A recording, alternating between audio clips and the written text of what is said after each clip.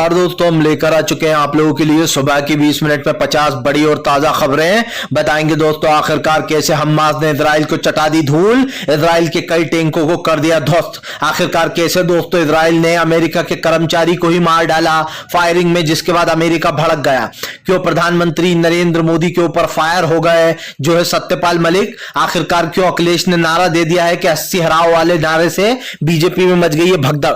तमाम मुद्दों पर होगी बात, लेकिन उससे पहले अगर आपने अब तक हमारे चैनल को सब्सक्राइब नहीं किया है जल्दी से कर लीजिए। पास में एक घंटी आएगी, इसको भी दबाइए ताकि हर वीडियो की अपडेट आपको मिलती रहे।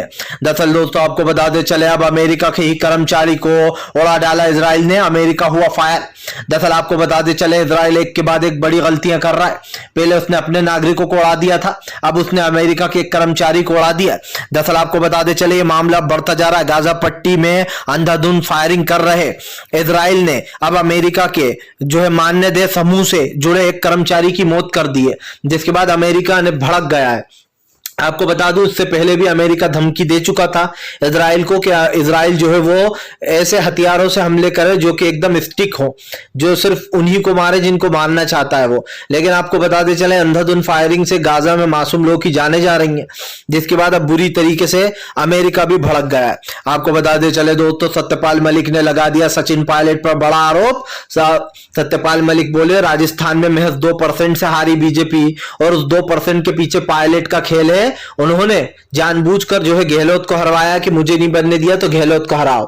आपको बता दे चले दोस्तों, यहां पर बड़ा आरोप लग गया सचिन पायलट के ऊपर कि उन्होंने ही हरवाया है। सत्यपाल मलिक ने कहा कि फिलहाल अभी भी बीजेपी का जो वो हिंदुत्व वाला कार्ड है वो कई जगह पर हावी है, इसलिए जैसे ही जैसे दिन घटते जाएंगे बीजेपी की सच्चाई लोगों के सामने आ जाएगी और ये नशा जो चढ़ा हुआ है कुछ लोगों के ऊपर दोस्तों बीजेपी को वोट देने का, वो अपने आप ही उतर जाएगा। आपको बता दे चले दोस्तों, फिलहाल एक बार फिर से हमास इजराइल की जंग में हमास ने उड़ा दिए इजराइल के कई टैंक, इजराइल हुआ ध्वस्त। दरअसल आपको बता दे चले, जहां इजराइल एक तरफ अंधाधुंध फायरिंग कर रहा है तो हमास भी दोस्तों जवाबी कार्रवाई में उसका मुंह तोड़ रहा है। आपको बता दे चले, हमास ने फिर से एक बार इजराइल को मुंह तोड़ जवाब दिया। हमास ने दोस्तों जवाबी कार्रवाई में जमकर मिसाइलें दागी, जिसके बाद आपको बता दे चले उसने इजराइल के कई ठिकानों को ध्वस्त कर दिया। बताया जा रहा है फिलहाल इजराइल के कई टैंक उड़ चुके हैं, कई सैनिक जो है दोस्तों वो मारे गए हैं। आपको बता दे चले दोस्तों, फिलहाल अखिलेश यादव ने भाजपा पर साधा निशाना।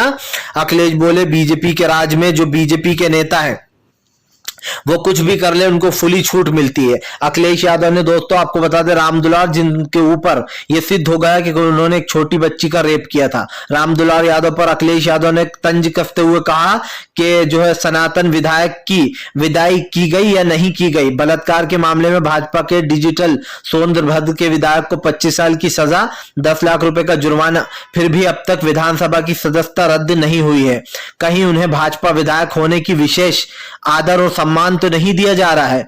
उन्होंने कहा कि जनता पूछ रही है बुलडोजर की कार्रवाई आज होगी या फिर कल होगी। जाहिर सी बात है बीजेपी का नेता है, बुलडोजर की कार्रवाई तो शायद ही हो, क्योंकि बीजेपी अपने नेताओं पर थोड़ी ना बुलडोजर की कार्रवाई करेगी। दोस्तों आपको बता दे चले दोस्तों, इजराइल ने मार दी अपने ही 3 नागरिक, जिसके बाद 2 दिन से मचा बवाल। दरअसल दोस्तों इजराइल ने अपने ही नागरिकों को मार दिया था, जिसके बाद अब नेतन्याहू के खिलाफ इजराइल के लोग सड़कों पर उतर गए। आपको बता दे चले, इजराइल ने अपने ही खास करके जो इजराइल के 3 लोग थे जिनको हमास ने बंधक बना के रखा था, उसको दोस्तों इजराइल ने उड़ा डाला। इजराइल का कहना है कि फिलहाल हम पुष्टि कर रहे हैं, दरअसल जब हमने उन्हें पकड़ा तो उनके पास एक सफेद कपड़ा था। बात सिर्फ ये नहीं है दोस्तों, उन 3 लोगों को आप समझिए, इजराइल ने जो मारा है अब उसके खिलाफ लोगों का गुस्सा फूट पड़ा है और इजराइल की जनता कह रही है कि नेतन्याहू को हटाओ। बहुत जल्दी आपको याद होगा दोस्तों, इजराइल में जो है वो भी होगी वोटिंग वगैरह, जिसके बाद नेतन्याहू को हटाने की मांग चल रही है। बताया जा रहा है नेतन्याहू अपने ही लोगों को मार रहा है, गलती से या बिना गलती से। दोस्तों मारे तो गए वो 3 लोग, जाहिर सी बात है अब इस पर बवाल मचा हुआ है। लोग पूछ रहे हैं कि आखिर क्या जो इजराइल के सैनिक है वो इजराइल के ही लोगों को मार रहा है। मतलब आप समझिए, जो दूसरे लोगों का काम है वो तो खुद ही इजरायली सेना कर रही है। आपको बता दें चले दोस्तों, मध्य प्रदेश में बड़ा बदलाव होने के बाद जीतू पटवारी बोले अब कांग्रेस को आगे बढ़ाएंगे, सिर्फ एक ही हमारी वो है मेहनत कि हम कांग्रेस को बहुत आगे लेकर जाएं, लोकसभा में जादू दिखाएं। दरअसल दोस्तों आपको बताते चले, भले ही जीतू पटवारी अब की बार हार गए, लेकिन उसके बाद भी कमलनाथ को हटाकर जीतू पटवारी को ये सारी जिम्मेदारी दे दी गई है। आपको बता दे चले जीतू पटवारी ने 2 बार चुनाव जीता था, हालांकि अब की बार वो कुछ वोट से हार गए, लेकिन बहुत छोटा सा अंतर था।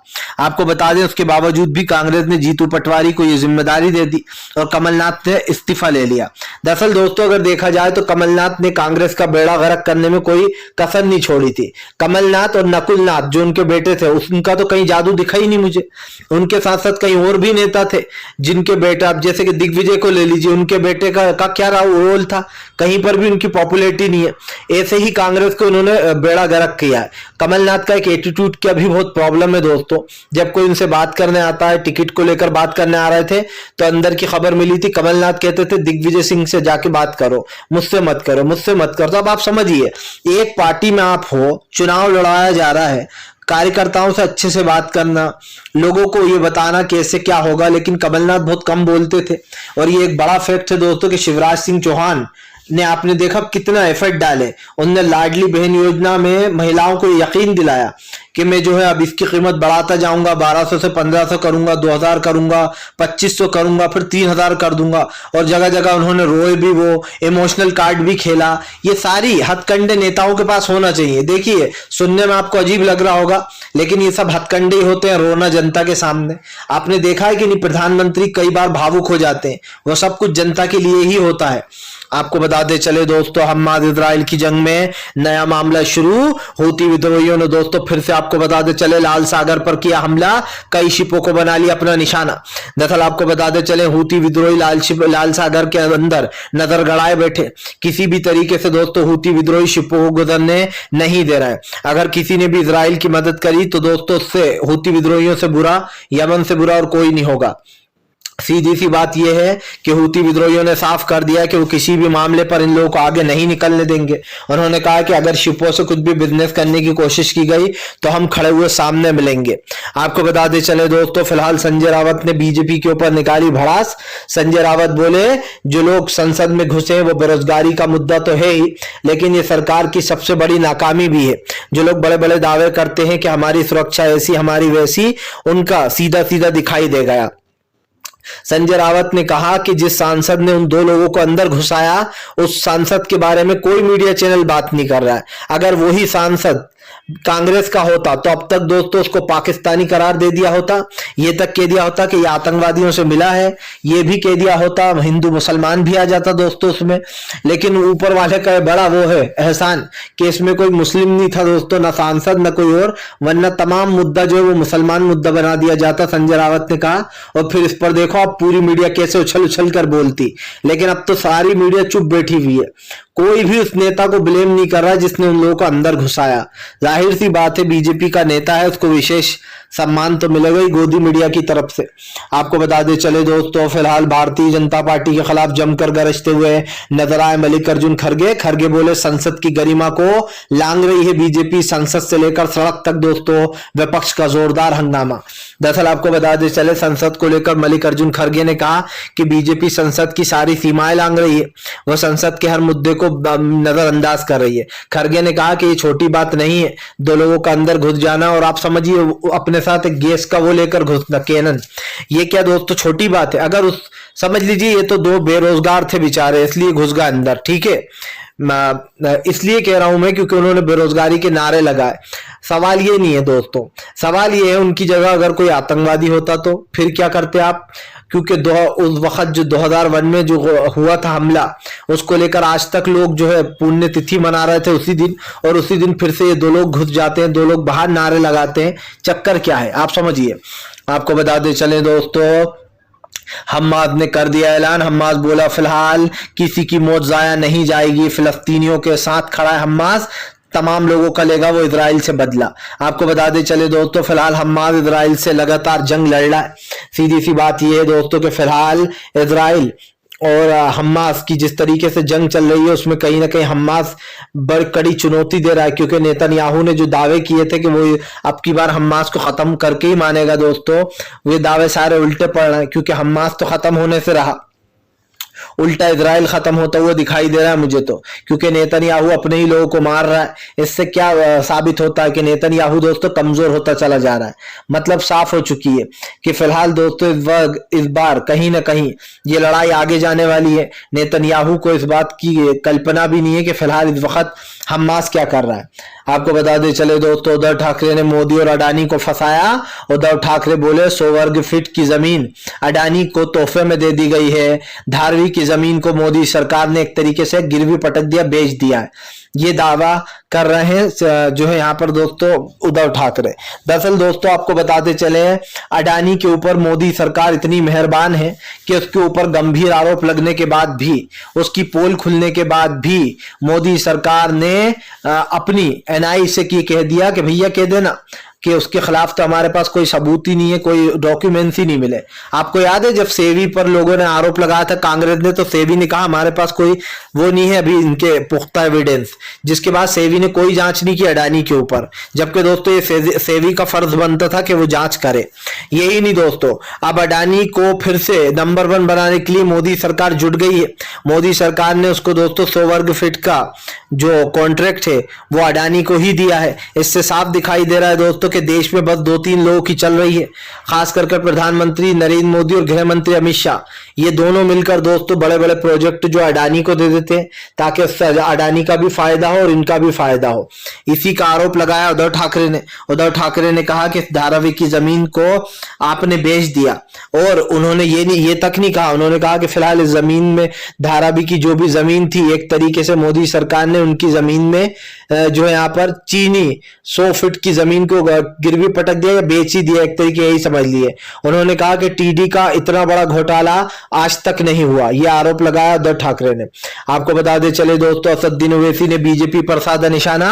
ओवैसी बोले बीजेपी अपना हिंदुत्व कार्ड खेल रही है, हिंदुत्व के बदले ही वो चुनाव जीत रही है, इसके बल पर ही लोग उन्हें वोट दे देते हैं। दरअसल दोस्तों ओवैसी एक बार फिर से भड़क गए। आपको बता दें मध्य प्रदेश में मीट मछली और अंडे की बिक्री पर रोक लगने पर भड़के ओवैसी ने बीजेपी को लपेटा। ओवैसी ने कहा कि बीजेपी की राजनीति यही है, वो धार्मिक स्थलों को निशाना बनाती है, वो हिंदू मुसलमान के मुद्दे को एजेंडा बनाकर इन मुद्दों पर चर्चा करती है। दरअसल दोस्तों ये आरोप लग रहे हैं फिलहाल के फिलहाल जानबूझकर इस तरीके के हिंदू मुसलमान के मुद्दे उठाए जा रहे हैं, कभी मांस मच्छी का तो कभी किसी का। उन्होंने कहा कि ये सालों से ये बिकता चला आ रहा है, जो चीजें खुले में बिक रही हैं ये कोई आज से नहीं है, लेकिन जानबूझकर इस मुद्दे को दोस्तों बड़ा बनाया जा रहा है। जाहिर सी बात है दोस्तों बीजेपी के लिए हर मुद्दा बड़ा है। जिस चीज में हिंदू मुसलमान आ जाए वो मुद्दा बीजेपी के लिए सोने का जो अंडे देने वाली मुर्गी बन जाता है, क्योंकि बीजेपी तो चाहती ही है कि उसके पास ऐसे मुद्दे आते रहे जिससे कि दोस्तों वो जनता में वो चीज मतलब बनाकर रखे कि हाँ देखो भैया सबसे बड़े हिंदुत्ववादी हम हैं, बस हमें वोट दिया करो, और यही कारण है। आपको बता दें चले दोस्तों फिलहाल हमास इजराइल की जंग के बीच में ईरान लेगा बड़ा फैसला। दोस्तों ईरान भी है युद्ध की तैयारी में, ईरान की तैयारियां जोरों शोरों से चल रही हैं। दरअसल आपको बता दें चले दोस्तों ईरान जो है वो लगातार हमलावर हो गया इजराइल पर, और इजराइल पर हमला होने के साथ साथ दोस्तों ईरान ने ये साफ कर दिया है कि वो कभी भी इस चीज को शुरू कर सकता है उसके इधर से हमलों को।